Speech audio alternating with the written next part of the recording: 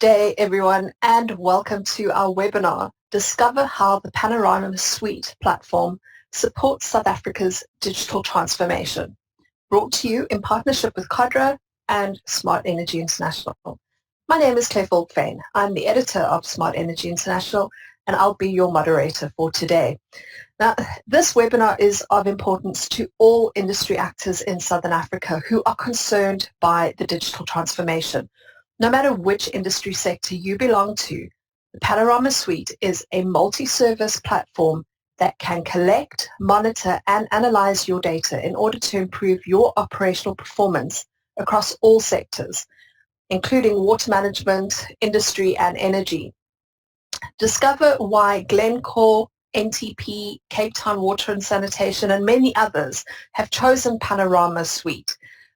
This is a reliable, technology-agnostic and independent digital platform that accelerates their operational excellence and secures their critical infrastructure and assets.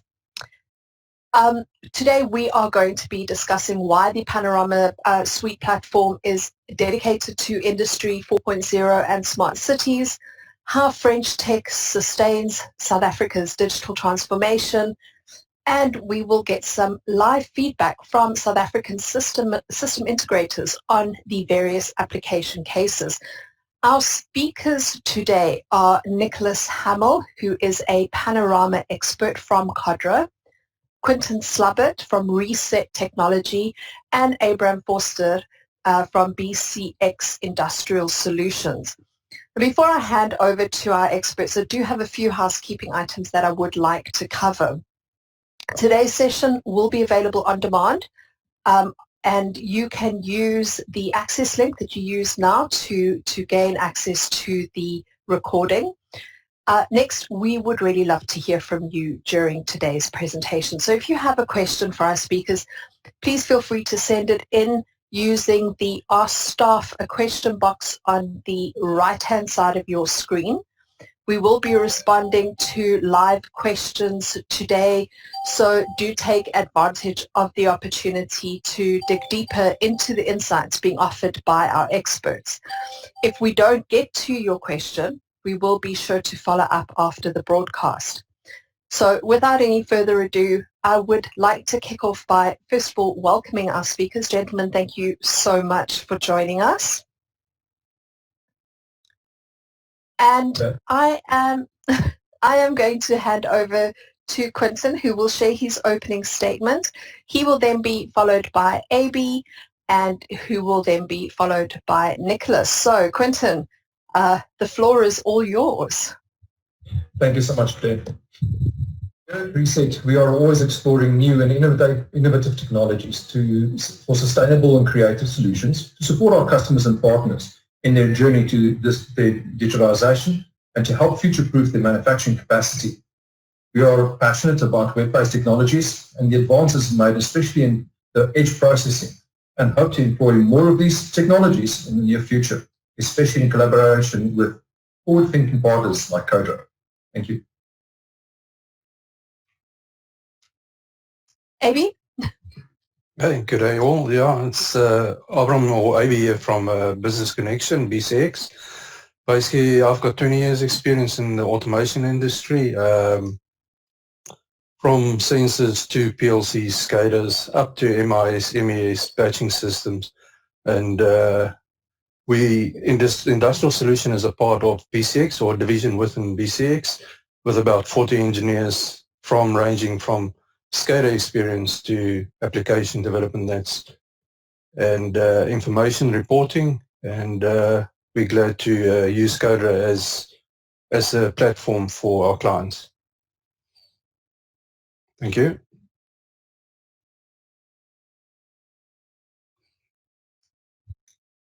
Thank you. Thank you very much, Claire. Hello, everyone. So I'm Nicholas. First, I'd like to say a word quickly about the number of connections today. Sincere thanks to all of you who made it today, and this is a real mark of interest, and we do appreciate that. So I'm from Codra, and as you can hear, also from France. But don't worry, I'm based permanently here in South Africa to better serve you and support all local partners represented by Quentin and AB today. So I'd like to give you a chance to better understand who we are at Codra and what is Panorama.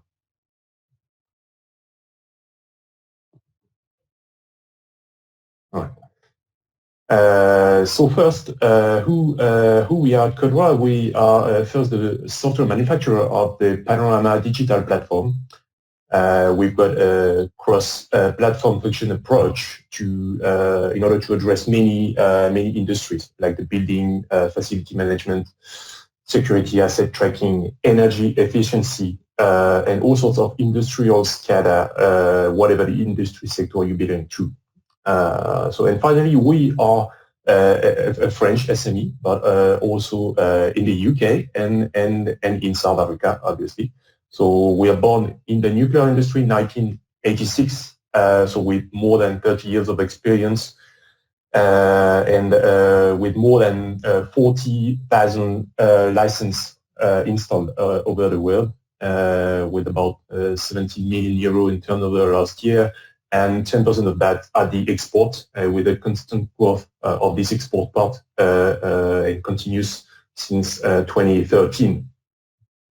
So as I said, with Panorama, we're addressing a wide range of business areas, including the building industry, still the nuclear, the transport, but also the energy sector, not only the nuclear, but from the generation to the transmission and distribution, and the industry, widely speaking, so any factories, and also the water, so waste water treatment, drinkable water distribution, and the research, and we do have an accreditation to work also on defense projects.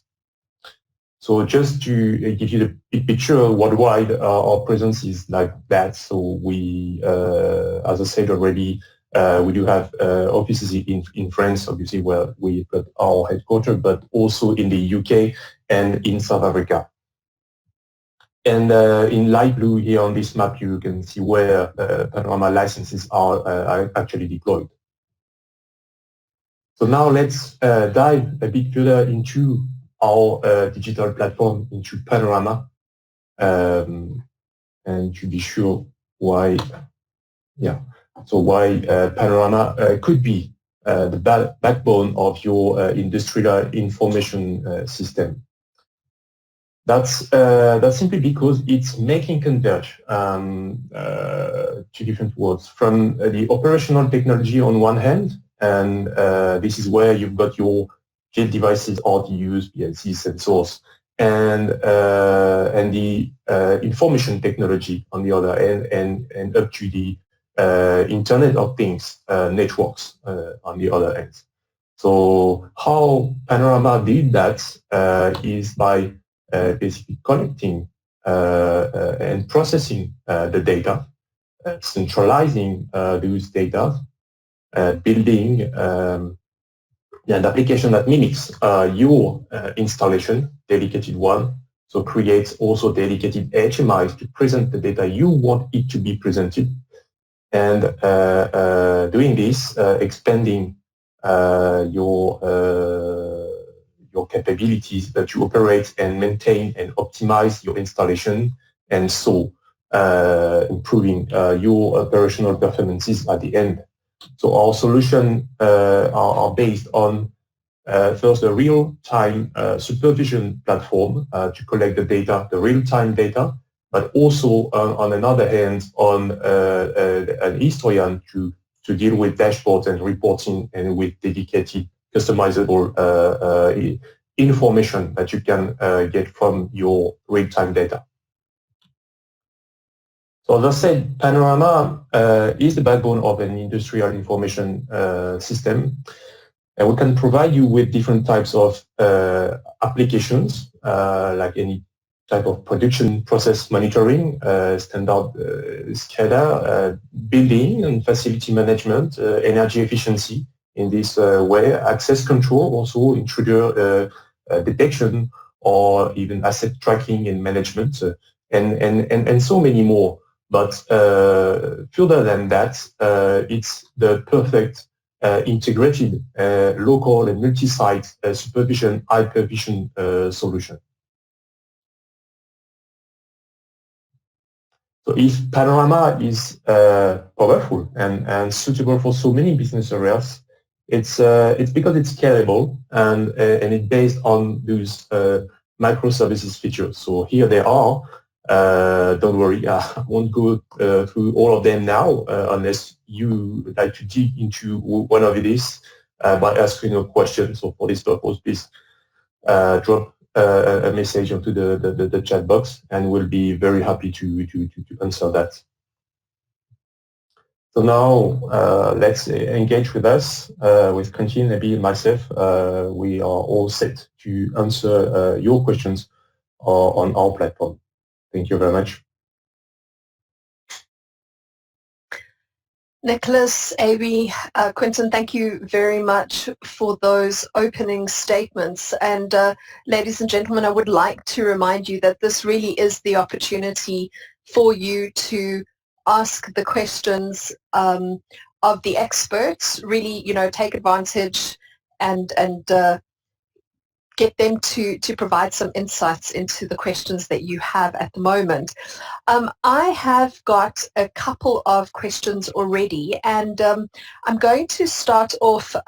Quentin, I think, if you don't mind, I'm going to start with you, and it's really just around the guarantees that Panorama offer in terms of robustness, reliability, and in particular, cybersecurity. Okay. From my dealings that I've had with Codra over the last year or two, it has become very clear that they as a company are very much focused on delivering on those exact three aspects. And they were, of course, born from the nuclear industry, so one would expect this to be at the forefront of their development play. One of the major things that are also of great importance over and above those three aspects is also their data integrity, and that plays a major role in how they've designed and architected their systems. And as an example, they were recently awarded a product certification, and as a company, they were also qualified as compliant by ANSSI, which is the French Nuclear Cybersecurity Agency. This is, of course, of great importance, especially to our utility sectors, where it is not just a question of playing with money. You are actually interacting with people and their livelihoods and their lives, for that matter. We have situations around water and electricity in this country and in the world as a whole. They are also very big on their certifications. They do have quite a number of them. One of them might be the OPC UA Foundation certification. They're gold partners with Microsoft. And as I said earlier, they tend to play in the nuclear industry. So our dealings have found that they are in the forefront of dealing with these aspects.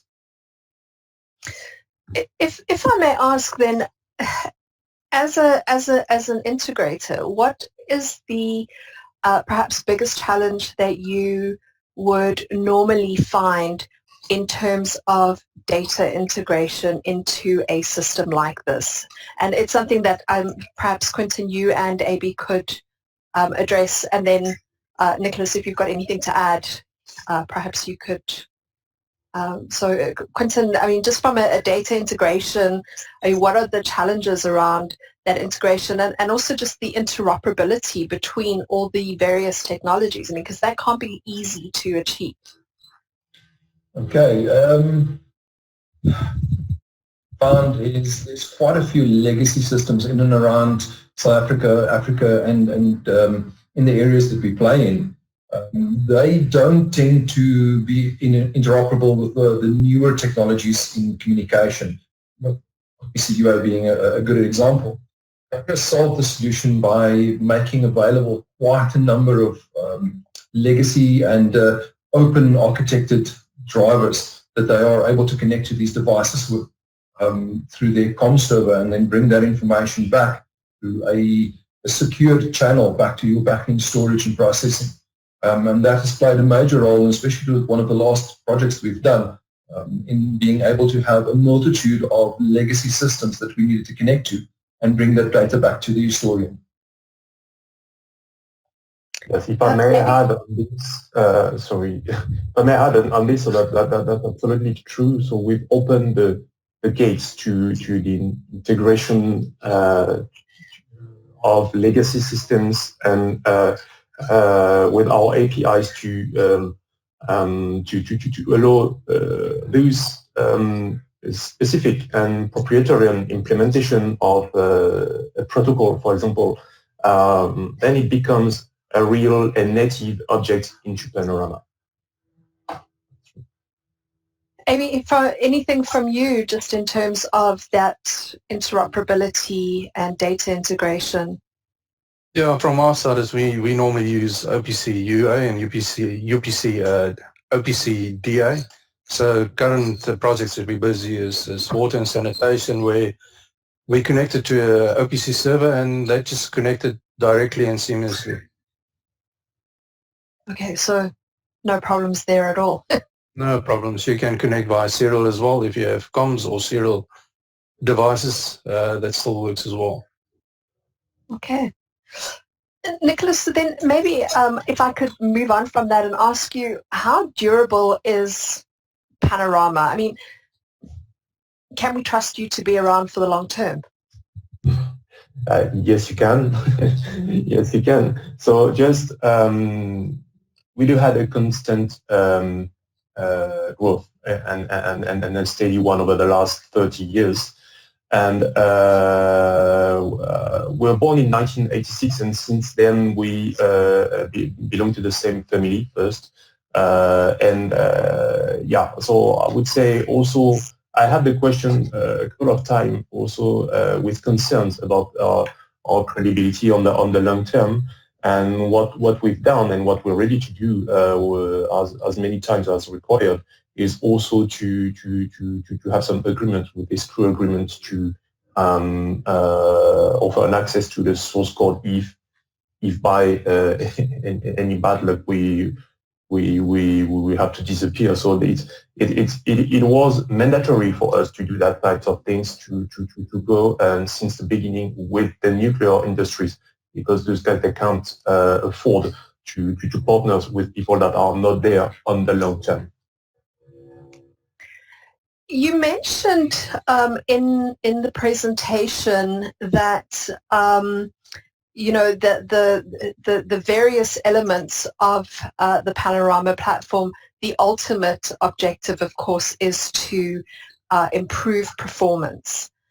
Are there any examples that you are able to share with us of how Panorama has helped? I mean, in the introduction, I mentioned companies like Glencore and Cape Town Water and Sanitation. I mean, are you able to speak about any of the work that you've done with these companies? Yes, basically with all of those companies, it always starts with the same need. It's the real need to have access to the real-time data. That's the core, and that's the beginning of everything. And giving the access to as wide as possible to any types of data. Again, if it comes from any RTUs, PLCs, and up to these new IoT things, talking about LoRaWAN or Sigfox. So we are integrating this data into our object model, and then it is accessible, and this is how we can make converge these two worlds from the OT, those data from the OT, and up to the IT to expose this data and share them together. This is how we can help with this technology. Okay, thank you.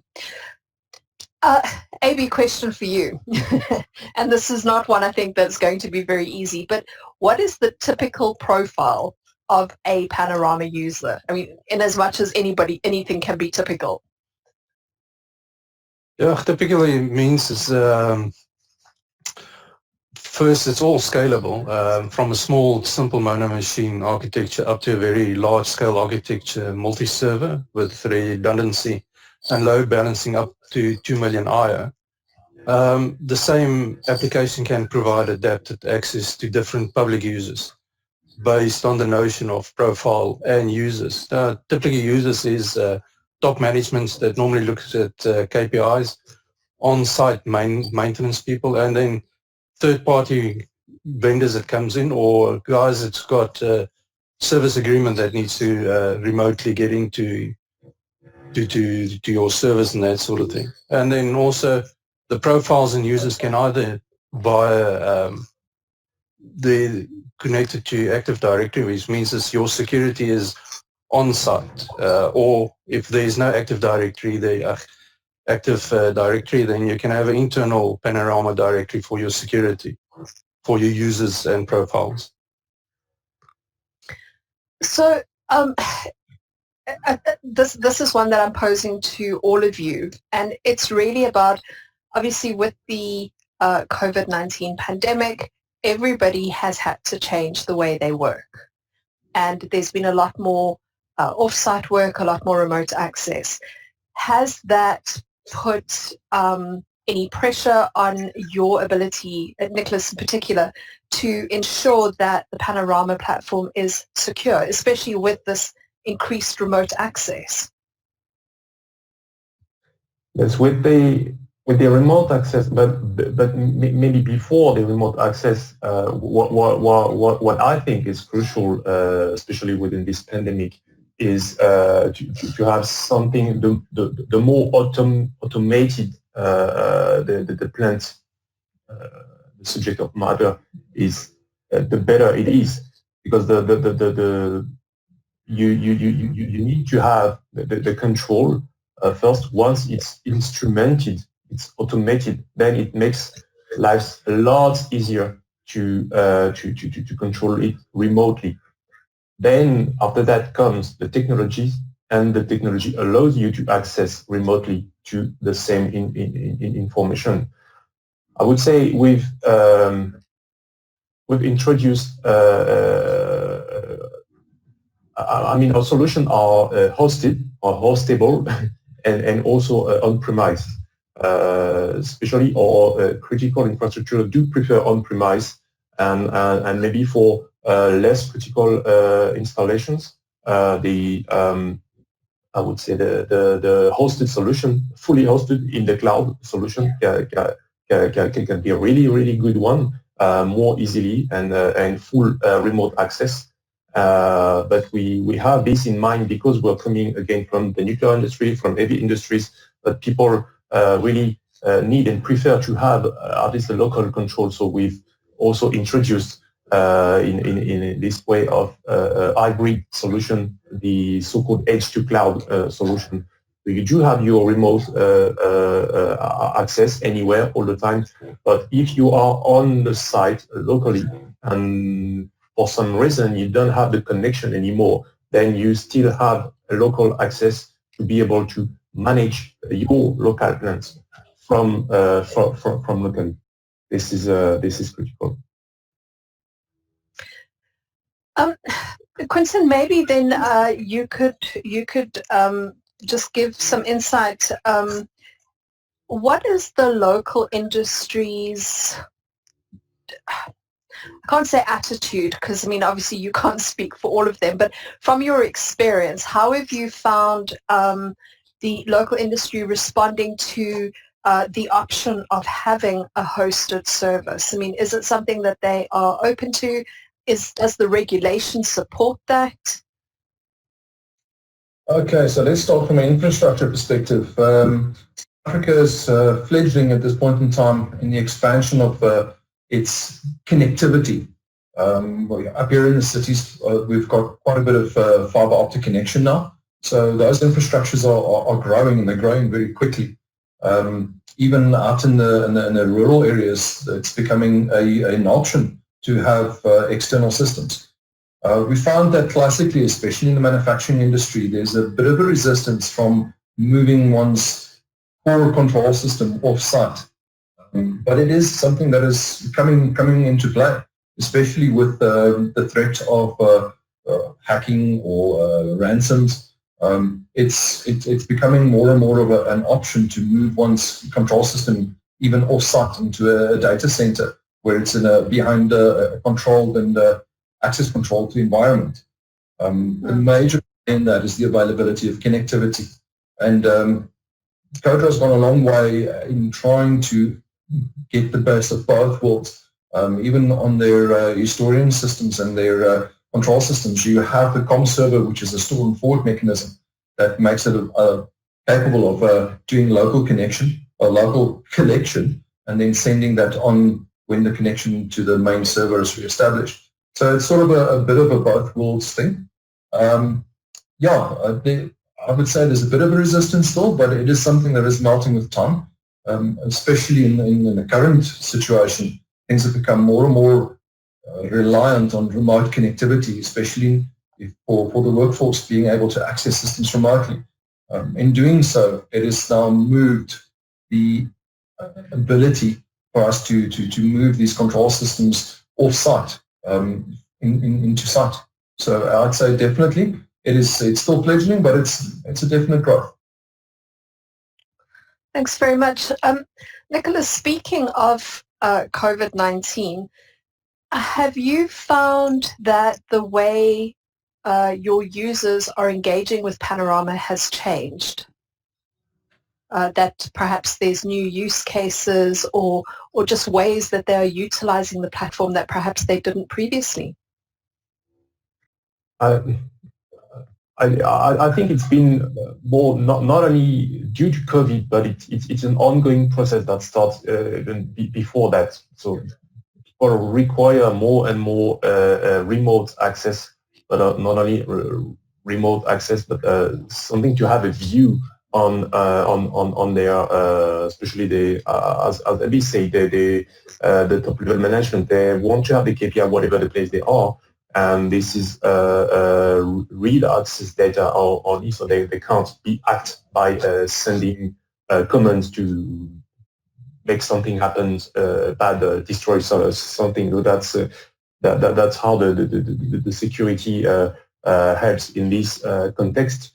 But it's so there's no, I would say, special. Maybe it's something that accelerates things. This is not the I would say the origin of these needs of more remote access, remote view, and so forth. So again, the technology is there. It was there before the COVID. It's not a new technology during COVID. So it is yes, they are on purpose. The needs was already there, but yeah, for sure, this is definitely something that accelerates the decision to jump onto that types of technologies and embrace it and get the benefits of it as quick as possible. Yeah, I think that's definitely something that we found in a lot of the discussions that we've had with people, is just that while they were initially sort of testing the waters, this was like a big shove into the swimming pool, whether they wanted to be there or not.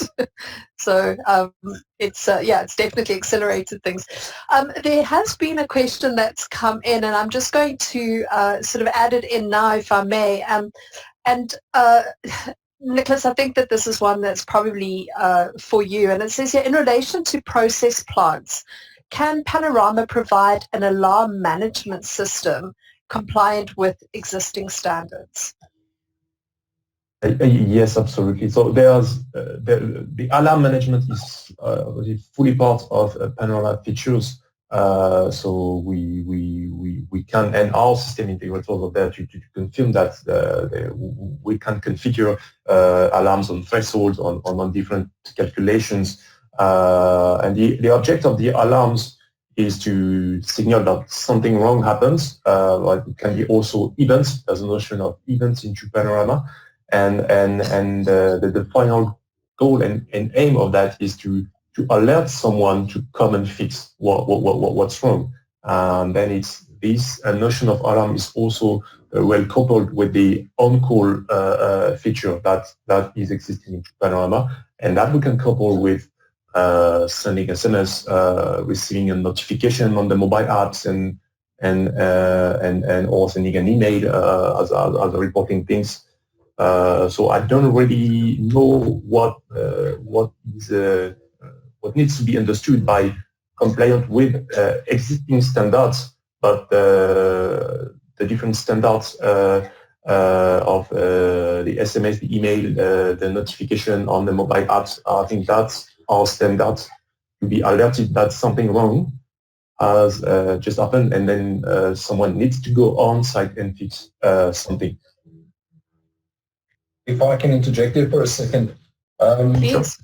From management philosophy, there's a multitude of aspects, one of them being the ability to control the number of alarms that an operational staff member needs to access with at any given stage. At the moment, there's a huge drive to bring that number down to a very low interactivity of about 6 alarms an hour for a person to interact with and to attend to. Anything above that, you get floods of alarms and people start ignoring things and little accidents like Chernobyl might come. But in saying that, the core aspect of being able to do so is you need to create a form of metadata in and around your alarming system to notify the operators, are these alarms, are these events, are they of critical capacity, what is that? What are the alarms that you are viewing at this point in time? Now back into Codra's core is the event, the process model itself. So what it boils down to is every single device or every configuration is in essence done a tree or a chain, model chain, which adds the metadata to that event already.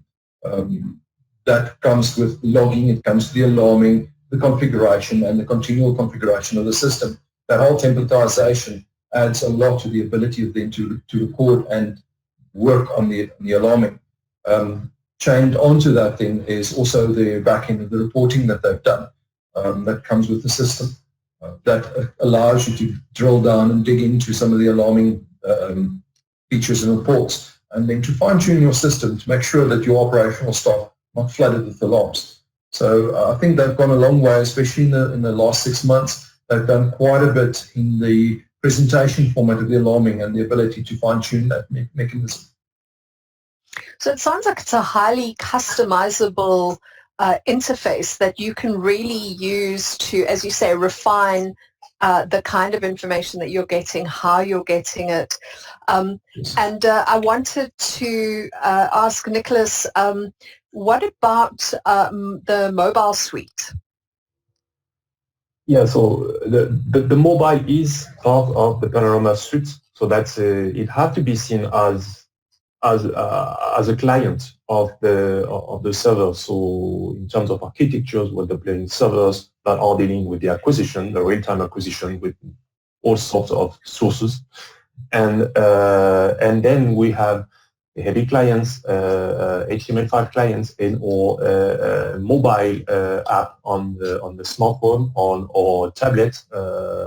It is free app downloadable already on the stores, Apple, Google, and you just put in your parameters, the name of the servers you want to connect to, and then you've got on the smartphone a real dedicated app to your plants. So this is how it works. So the mobile is an extension of the services, and again it goes back 2-3 years ago. So it didn't start with COVID, but it's part of this type of technology that we are constantly adding to improve the capacities of the product to go as far as we can to remote access to the data. And Avi, are you finding that the mobile app is a big kind of selling point or a big, like an important use case for the clients that you are working with? Yeah, that's one of the questions that came up, especially for alarm notifications on their mobile apps, SMSs and that sort of thing that comes up. Yeah, so from the clients that we've dealt with, those were specific ones comes up, especially if they're away from the office and they're not close to the server or the HMI, then they prefer to use the mobile apps. Mm. Yeah, I can imagine, and especially I suppose for certain crews as well, it's a lot more useful having that mobility available.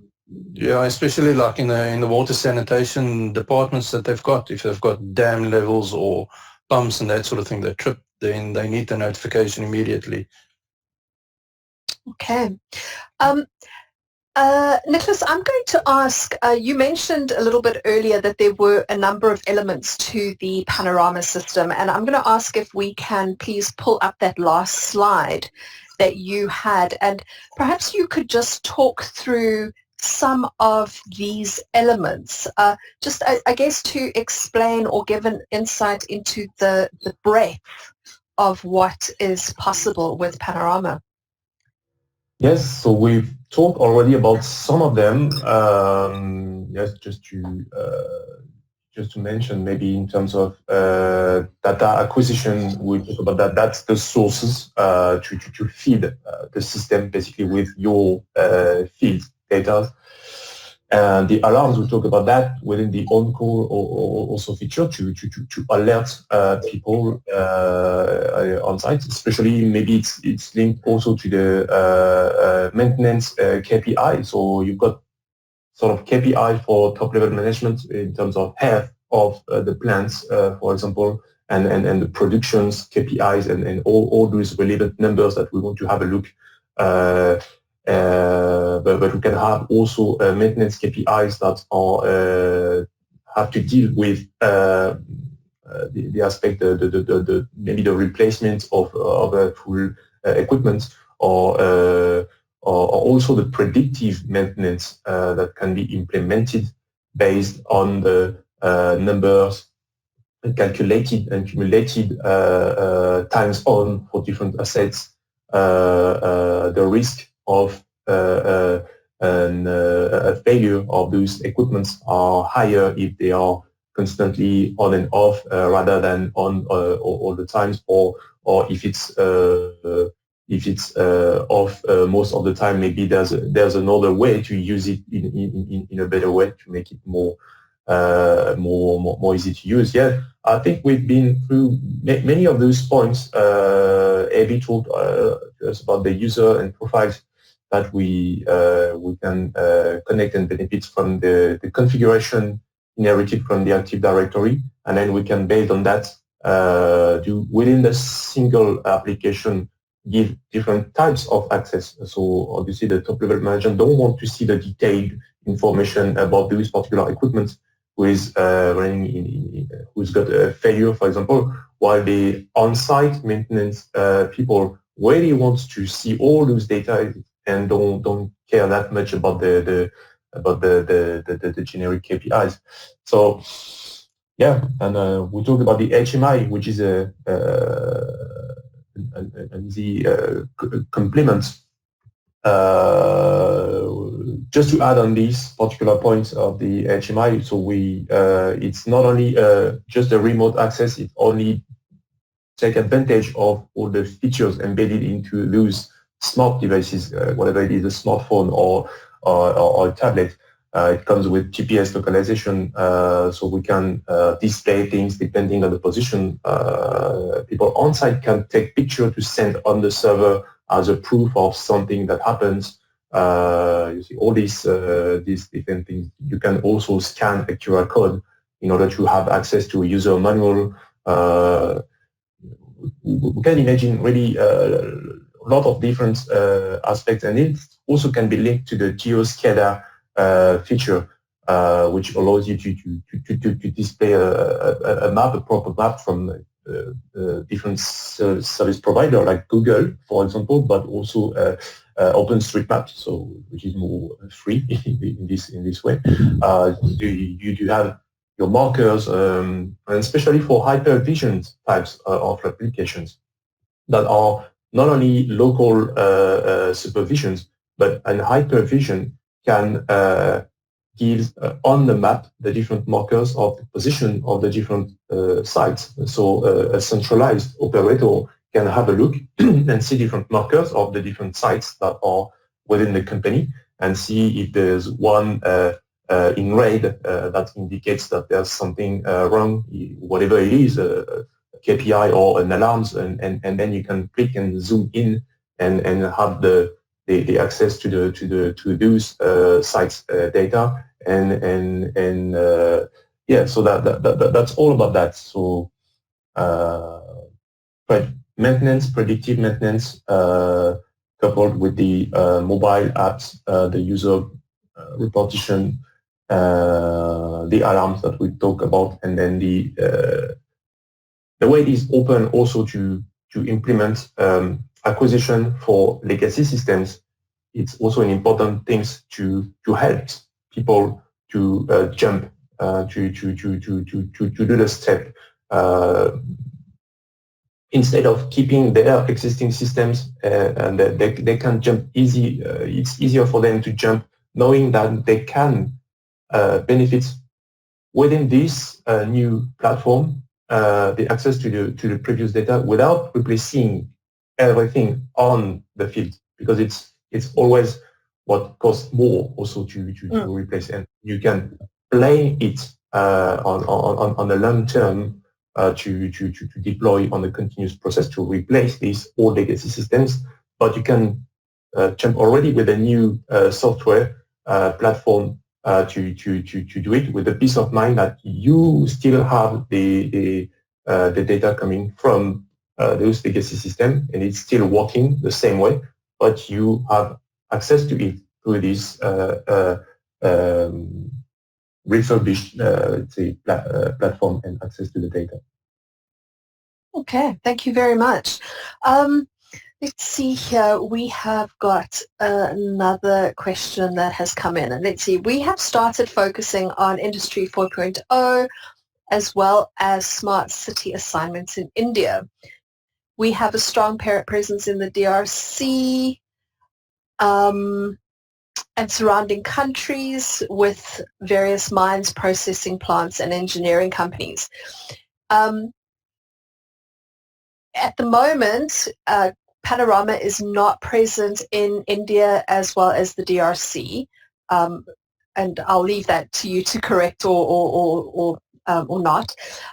So the person wants to know, are you ready to expand your wings, so to speak, into other countries? Yeah, absolutely. So as I showed you on the map previously with this big map of our presence, so we do have offices in France, UK, and South Africa, but it doesn't mean we're not working and expanding our wings to the others, especially DRC, which is on African continent. So in terms of access to the whole Africa is something we are looking at definitely, and I've been really keen to engage and discuss with this person who asked these questions. We really have this way to expand as widely as possible, and so it's not limited to the place where we do have offices, and we can have partners at many places. And our partners, for example, BCX, I know they are present in different countries in Southern Africa, and country is able to move as well. So there's no restrictions for us to avoid us to go to that place if there's some opportunities to work. Yeah. Fantastic. So there you have it, ladies and gents. If you're not based in South Africa, it doesn't mean you can't take advantage of Panorama. So now, speaking of taking advantage of a platform like this, and Abi, I'm going to start with you. So if you wanted to implement the Panorama system into your factory plant business, what would you say are the first steps that need to be considered, and what is the approximate timeline that you would give somebody to get or to have like a turnkey solution up and running?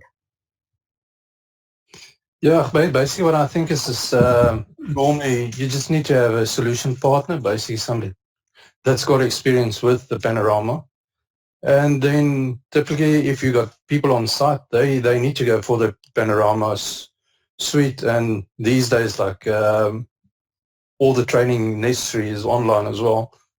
Specifically for in terms of turnkey solutions, the Panorama Suite is based on object orientation, and it's a user tree structure component modeling instance concept. So it means all your objects is you can see in a tree view like, and that makes your development faster. Auto configuration of instances from the user tree structure. You can import, export your objects, which makes development much faster at the end of the day. There's auto configuration, meaning that you can actually create objects that doesn't exist when information comes in, that it auto generate those objects for you. Then there's standard imports for building information modeling based on IFC files, and that works for both 2D and 3D graphic representations. We haven't dealt with that before, but that's part of the solution. Scalable volume for later maintenance, meaning you can have a small installation now, and then once your business grows, that's just is going to make development much faster.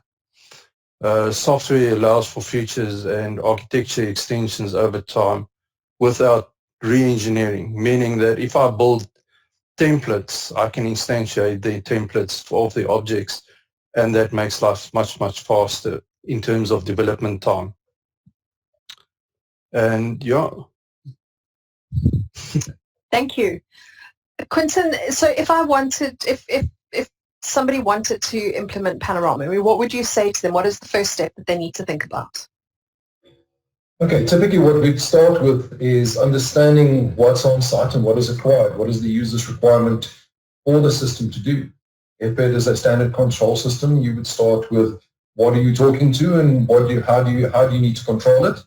From there, you would design the individual templates, as Avi mentioned earlier. You can use inheritance, which is one of the very nice features of the system. I think he mentioned it earlier. You can create templates and templates of templates and build that whole infrastructure, and it can then be used to instantiate individual items for your plant. So you basically design your front-end components, and then you connect it to the back-end, test your communications, and start building out the infrastructure until you've basically built up the whole plant and you've gone through the commissioning phases. Okay. Nicholas, anything you'd like to add? No, I think it's pretty clear, and I'm really happy to hear that from our partners. So it's that they are fully operational on the product, so there's nothing special to add on this one. Except thank you. Well, it's always good to hear that. One of the things I'd like to just add to that is in their suite, the way that they've designed it, it's not individual little pieces of application that have to do a little bit here and a little bit there and a little bit there. They actually have one space where you can configure the multitude and then share that configuration. But doing, for instance, the HMI and the historian, they have got a common configuration. And that makes life actually quite a little bit easier when you do your design work. It's a common interface, although they have little applications as well to do things like draw the mimics or do the configuration and manipulation of the historian. The master configuration is done from a single environment and it's shared between those infrastructures, which makes life a lot easier, especially in scalability when you have to build up at a later stage. Mm-hmm. Yeah, that's right. So it makes, I think, life a lot easier for you as a system integrator, but also for the end users who will benefit from this easier way to maintain the application later on, because our model is to let all system integrator partner do the turnkey solution, but most of the time the end user wants to take over on the maintenance part of it. So to add few lines, if it's a factory, to add some buildings for the building industry, it's just a way after that to configure, and it's lots easier to understand. The concepts are the same, the tool to configure is the same, and even the application is the same. So there's only one place you do the configuration. Absolutely right, yes. So Nicholas, I'm going to ask you this question because I don't think that Aby or Quentin are going to give an unbiased opinion here, and that is, what do you suggest people look for when they are choosing an integration partner? Yeah. In terms of integration partner, that's easy. They all have their own specialties. So that's already good to have a look at what they have done previously. You see, I want to take the question also for us as Codra. Why should an end user choose Panorama? It's also because of what we've already achieved by the past. And again, we were born in 1986, and we've done and we've addressed a wide range of business areas, and we've done quite critical infrastructure management systems and many things. So it means that the system integrators in that has a key role. And basically all of them are able to do that, but it's always best to go for their own specialties to be sure and have a look at their own references. Quentin, anything you'd like to add to that? Being a system integrator yourself, what is it that people should be looking for? I think Nicholas basically covered a lot of it. Certification, abilities, past projects, catalog of what you've done, what you're currently doing, who you have to put forward, how well you have maintained, even after the project, how well you've maintained the relation with your customer. Those are all major aspects in choosing a partner. We don't refer to customers here. We actually refer to our partners, because a lot of what we do in partnership. Aby and Nicholas mentioned it earlier, a lot of the design work we tend to do and then hand over and then work with the customer from that point onwards. It's not a us and them relation, and that is a large part of what we do, is to maintain relation with the customer and assist them when and if they need it.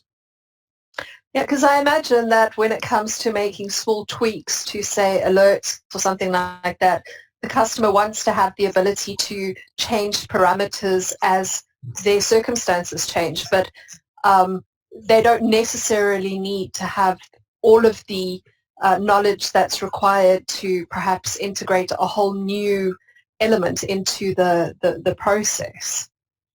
Absolutely. Okay. So, Aby, a question for you. Which natively integrated technologies do you particularly enjoy in Panorama?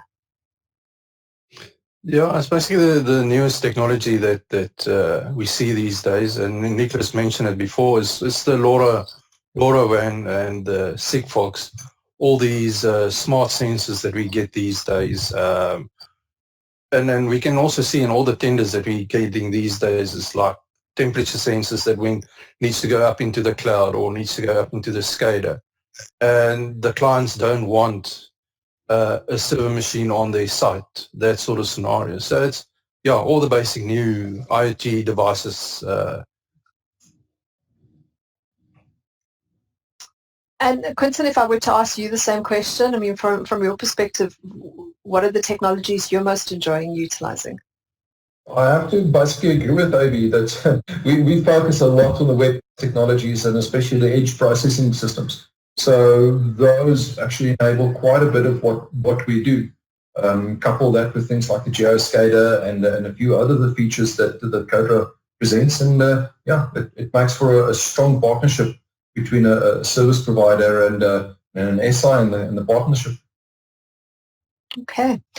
So, Nicholas, I'm going to, I think, pose a last question to you before giving you the opportunity to perhaps make a closing comment. But and this was based partly on what AB's just said. You know, he was saying that obviously there's a lot of smart technology that's being brought in, and a lot of that data is being stored in the cloud.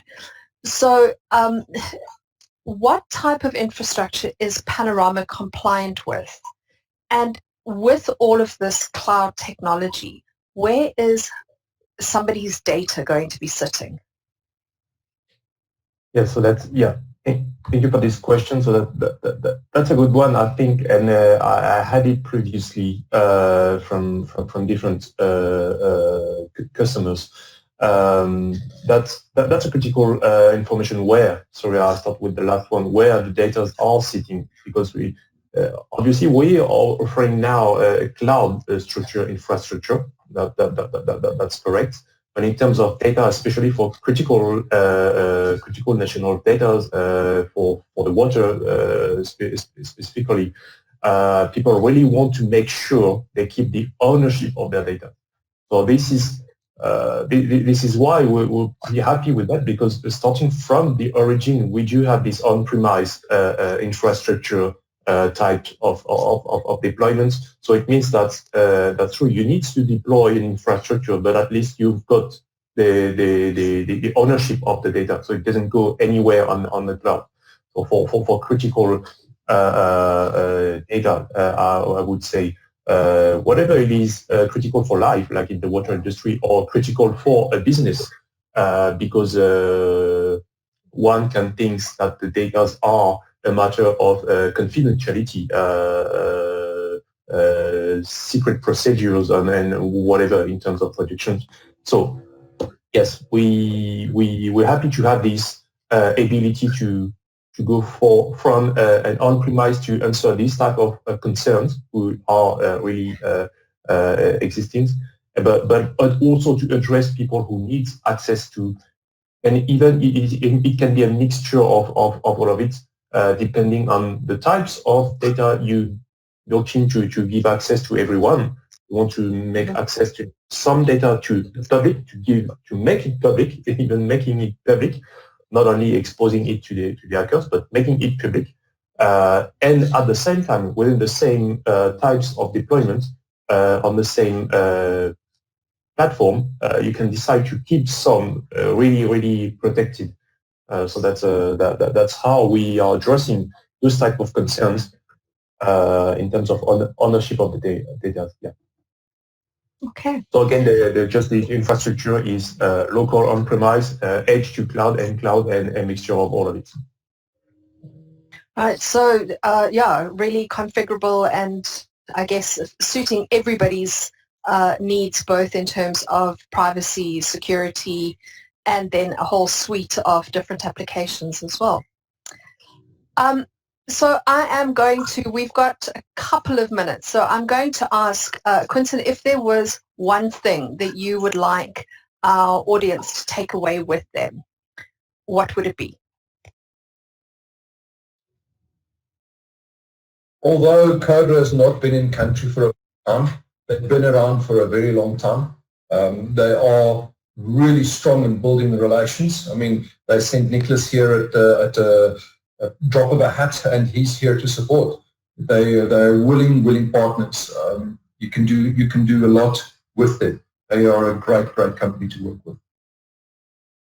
Thank you. I think that's a great recommendation. AB, from your side? Yeah, I must say the support was very good. So when we ask questions or we need help, it's a matter of dialing in, assist with the issue, fixing it.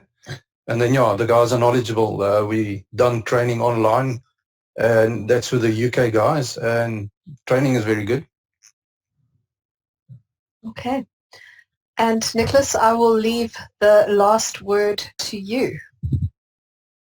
Yeah, so first, thank you very much to all of our partners there. I do really appreciate that, but it's that's kind from you. And then I would say maybe a word to our attendees today. You need to bear in mind only one thing and retain only one thing. So we do have knowledge, skilled partners, an ecosystem of system integrators. They do have all the ability and our full support, as they told you, to develop any types of application that you'd like to have a look to. Again, to get back to the COVID, maybe it's an acceleration processes of the decision to go for this type of automation solution, digital platform. Again, yeah, to go back to the Smart City Industry 4.0 can be seen only as marketing terms, but it is for real and based on what we like to state as the French tech. We really want to sustain Southern African automation and digitalization.